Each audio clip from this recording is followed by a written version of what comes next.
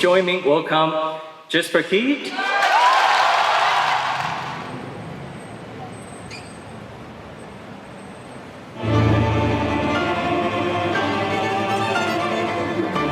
Jesper Kyd, thank you for joining us. It's great to be here.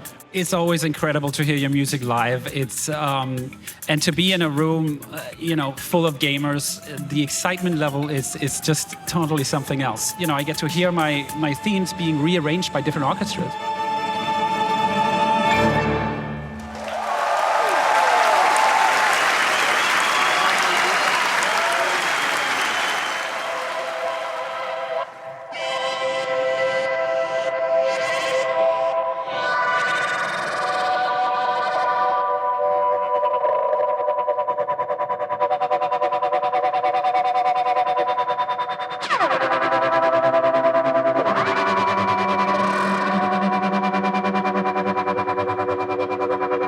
When I first got the Commodore 64, my brother and I, we were just playing video games like crazy. My dad bought a music program, and I started fiddling around with that. It really piqued my interest because I thought all that great game music, I wanted to, somehow become a part of that. Or I just wanted to learn how it was done, really. Jean-Michel Jarre was a huge influence. His music had such a big impact on me as a kid. My parents would play that music to me, and I would really love it. And also, like Vangelis was another early influence of mine. Anything that had that electronic and that feeling that this is new, this is something that hasn't been heard before. And I think, Jean-Michel Jarre and Vangelis very much had a sound that you hadn't heard before. You were like, what is it, this stuff? And it felt like the beginning of something. That led to being introduced to the European demo scene when I was about 14 or 15. I would send a track to one of these demo teams, and they would time everything to my music, which allowed me complete creative freedom.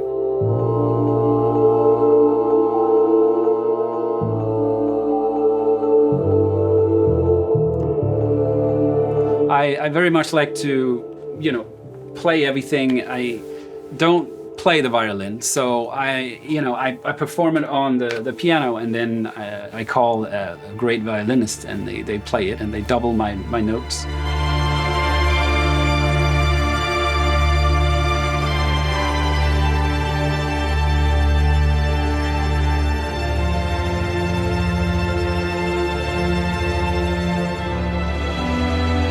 Childhood, growing up, and my teenage years, I was totally embraced in electronic music.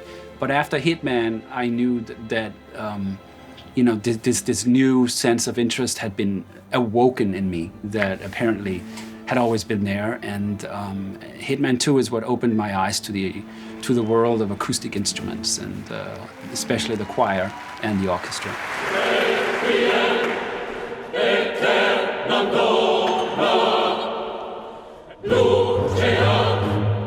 I was, made to score those types of games because that's what I did coming out of the demo scene. That was always my sound, trying to just surprise people, and it just kept evolving. So Hitman Blood Money was a mix of Hitman 2, which is orchestral, and Hitman Contracts, which is electronic, into like the ultimate fusion of the two.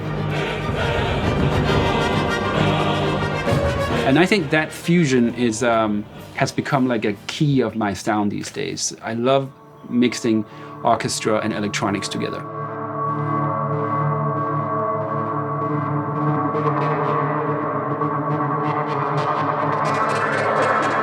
Il y a à la fois donc ce mélange de cette approche impressionniste des choses, avec un mélange en même temps techno et technologique, c'est-à-dire d'utiliser les instruments de notre génération, de notre époque, qui ne sont pas nécessairement uniquement l'orchestre symphonique, que ça peut l'être, mais même si ça l'est, c'est retrafiquer, retravailler avec les plugins, avec les instruments de notre génération.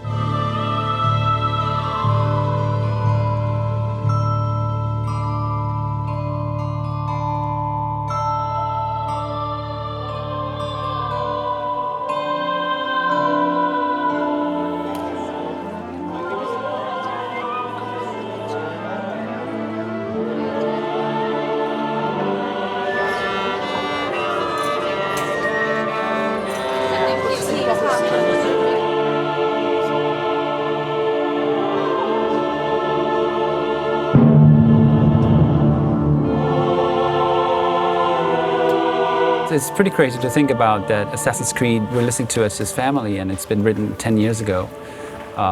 So listening to the kind of music I wrote 10 years ago and what I do today, of course I would do everything differently because I like to keep growing as an artist, and I like to think I keep improving. But it's wonderful to hear it.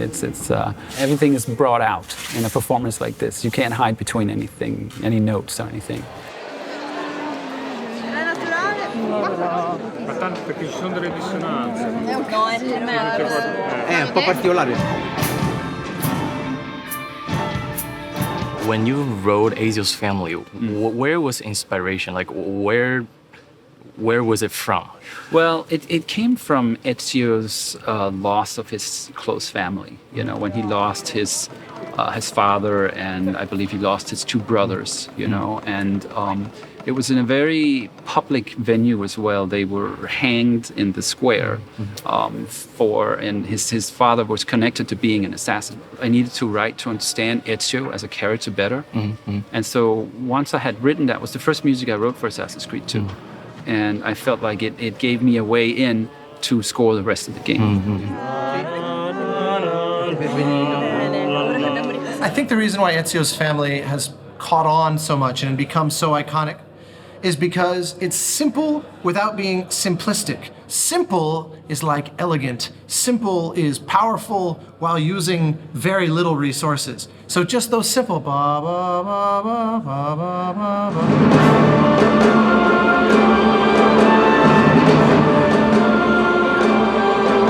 There's 8 notes, but that's all you need, you know? It's like Beethoven uses 4 notes, da-na-na-na. It's the same idea. You put a lot of truth and power into very few notes.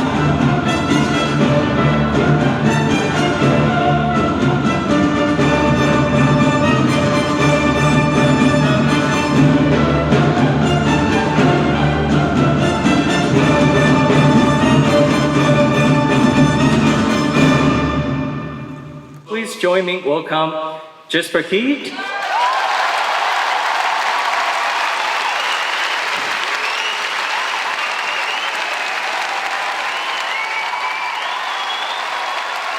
It's very interesting the emotional response you get from the audience when you play, especially video game music live, because people have played those games a lot and they know that music very well. They have played the game maybe 20 hours, 40 hours, 100 hours.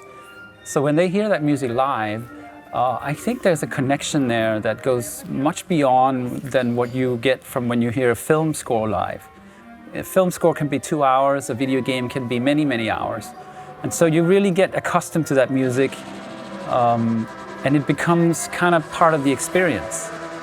It becomes part of the game, it becomes part of what you like.